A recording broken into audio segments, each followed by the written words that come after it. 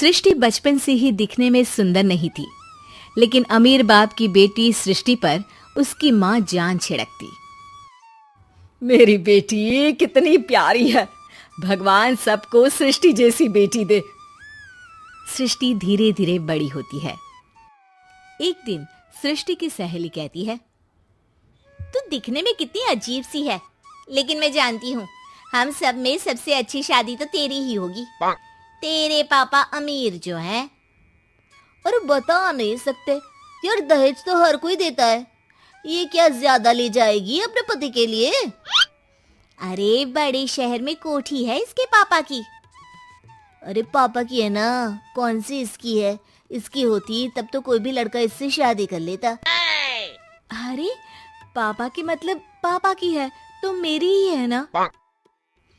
किसने कहा? अब तेरी तो तब होगी ना जब तेरा भाई ना हो। वैसे भी शादी के बाद सारी प्रॉपर्टी भाई के नाम होती है।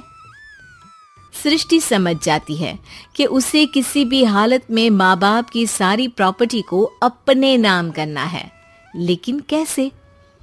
एक दिन सृष्टि का भाई शीनू कहता है, बहन क्या कर रही है? तुझसे एक बात करनी है। अरे हाँ करना, मैं तो तेरी बहन हूँ। बहन मेरी लाइफ में ना एक लड़की है, बहुत अच्छी है। मैं सोच रहा हूँ माँ और पापा से बात करूँ शादी के लिए।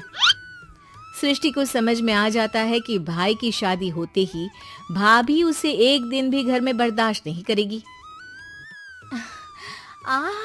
क्या बात है भाई, बताना कौन है वो? यार वो बहुत अच्छी लड़की है, पढ़ी लिखी है, मेरे साथ जॉब भी करती है। बस एक प्रॉब्लम है। हाँ प्रॉब्लम? क्या प्रॉब्लम है भाई? यार वो शादीशुदा है, लेकिन उसके पति ने उसे सिर्फ इसलिए छोड़ दिया क्योंकि उसके माँ बाप दहेज नहीं दे पाए। सृष्टि ये सुनकर न जाने क्यों खुश हो जाती है। अरे भाई तो क्या हुआ, लड़की तुझे तो पसंद है ना? शीनू को लगता है कि बहन उसे समझ रही है। वो इस बात से अनजान होता है कि उसकी बहन की मंशा पूरा घर हड़पने की है। सृष्टि अपनी माँ से कहती है, मम्मी मुझे तो बहुत चिंता है। पता है शीनू क्या कर रहा है? अरे क्या कर रहा है? वो तो काम पर जाता है और वापस घर आता है। नहीं ना माँ, वो यही तो नहीं कर रहा, बाकी सब कर रहा है। आपको पता है उससे प्यार है, और वो भी एक शादीशुदा लड़की से। ये क्या हो गया? मैं सोसाइटी में क्या मुंह दिखाऊंगी? अरे तेरे पापा तो यही कहेंगे कि मैंने ही उसे बिगाड़ दिया है।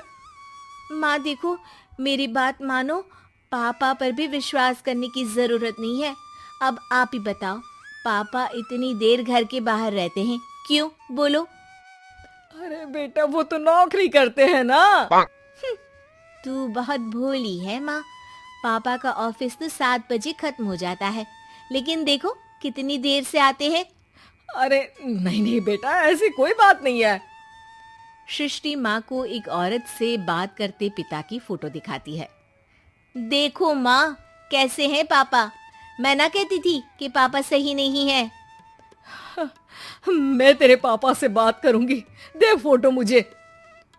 ओ माँ, वो तो डिलीट हो गई।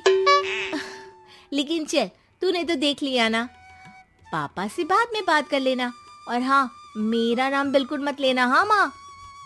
अब क्या था, सृष्टि के माँ और पिता के बीच झगड़ा होना शुरू हो जाता है। सृष्टि के मन में क्या चल रहा था कोई नहीं जानता था। एक दिन, माँ सृष्टि के लिए एक लड़का देखा है, वो लोग शाम को उसे देखने आने वाले हैं। और हाँ माँ, एक खुशखबरी, मैं और पापा मिलकर एक नया बिजनेस ट्राई कर रहे हैं। शाम को लड़का आता है, सांवले रंग का। सृष्टि को तो बिल्कुल भी पसंद नहीं आता। लड़की की माँ कहती है, लड़की का चेहरा तो कोई खास नहीं, लेकिन अगर मेरे बेटे को आप लोग सेटल कर दें तो मैं उसकी शादी आपकी बेटी से करवा दूं। सृष्टि को लड़का बिल्कुल पसंद नहीं था। उसे भाई पर गुस्सा आ जाता है।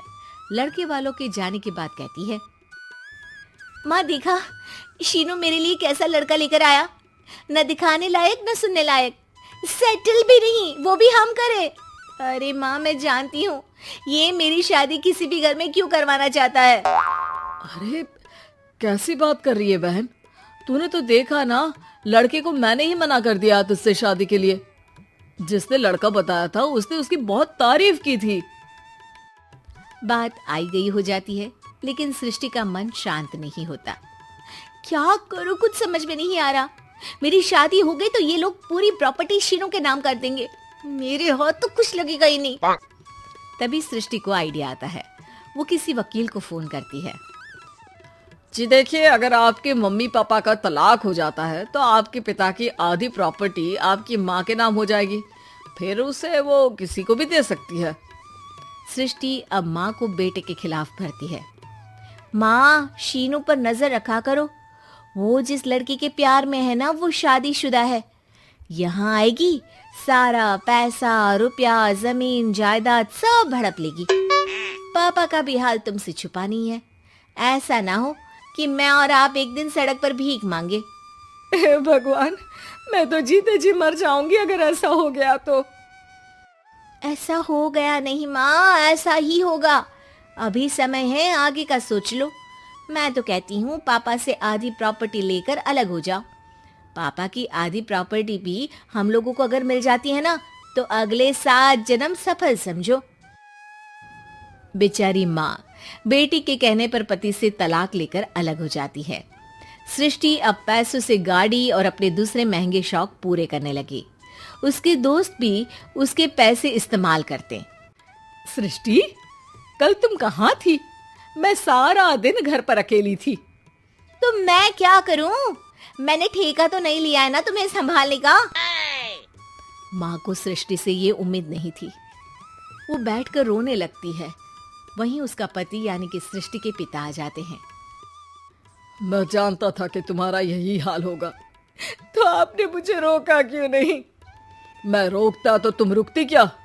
सृष्टि के कहने पर तुमने मुझ पर अपने बेटे पर शक किया, लेकिन तुम ये भूल गई कि कैसे हम दोनों ने मिलकर जीवन में इतना सब खड़ा किया। माँ पति के गले लग जाती है।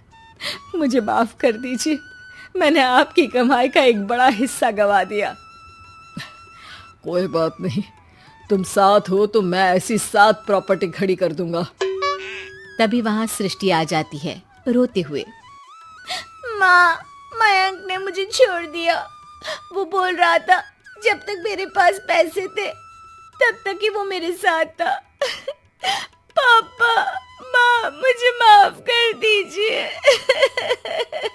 उम्मीद है कि आपको हमारी ये कहानी पसंद आई होगी। कृपया हमारे चैनल को सब्सक्राइब करें और सभी अपडेट्स के लिए बेल आइकन जरूर क्लिक करें। और हाँ, वीडियो लाइक और शेयर करना मत भूलिएगा। Bye bye.